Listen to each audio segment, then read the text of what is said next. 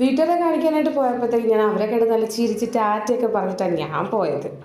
പക്ഷേ ആ wheel chair അവിടെ നിന്ന് തിരിഞ്ഞ് ഓപ്പറേഷൻ തിയേറ്ററിലോട്ട് പോകുന്ന വഴിക്കായപ്പോൾ എൻ്റെ ചിരിയെല്ലാം മാഞ്ഞു. മുന്നോട്ട് പോകുന്തോറും എന്തോ ഒരു ഒറ്റപ്പെടലിനതും എന്തോ ഒരു പേടി എൻ്റെ ഉള്ളിൽ വരാൻ തുടങ്ങി. അങ്ങനെ ഓപ്പറേഷൻ തിയേറ്ററിൻ്റെ ഗേറ്റിൻ്റെ മുന്നിലെത്തി. എല്ലാ ധൈര്യവും സംഭരിച്ചിരുന്ന ഞാൻ ആ തിയേറ്ററിൻ്റെ അകത്തുള്ള കാര്യങ്ങൾ കണ്ടപ്പോൾ ഒരുപാട് പേടിച്ചു. നടുക്കൊരു ബെഡല്ല, വേറെന്തോ ടൈപ്പ് ഓഫ് ബെഡാണത്.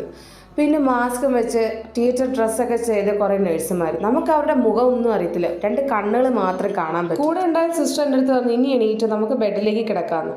എണീക്കാൻ പറഞ്ഞപ്പോഴാണ് എൻ്റെ എല്ലാ ധൈര്യവും പോയെന്ന് എനിക്ക് മനസ്സിലായത്. ഞാൻ വിറയ്ക്കാൻ തുടങ്ങി. അപ്പോൾ എൻ്റെ പുറകിലുണ്ടായിരുന്ന ഡോക്ടറിൻ്റെ അടുത്ത് സിസ്റ്ററിൻ്റെ അടുത്ത് ഞാൻ പറഞ്ഞു, ഞാൻ വിറയ്ക്കുന്നുണ്ട് ഡോക്ടറെ, എനിക്ക് പേടിയാവുന്നെന്ന്. അപ്പോൾ ഡോക്ടർ പറഞ്ഞു, ടെൻഷനൊന്നും വേണ്ട, ഇതിപ്പോൾ അങ്ങ് കഴിയും, ഒന്നും അറിയത്തില്ല എന്ന് പറഞ്ഞു. ആ വീൽ ചെയറിൽ നിന്ന് എങ്ങനെയോ ഞാൻ ആ ബെഡ് വരെ ആ സിസ്റ്ററിൻ്റെ സഹായത്തോടെയാണ് എത്തിയത്.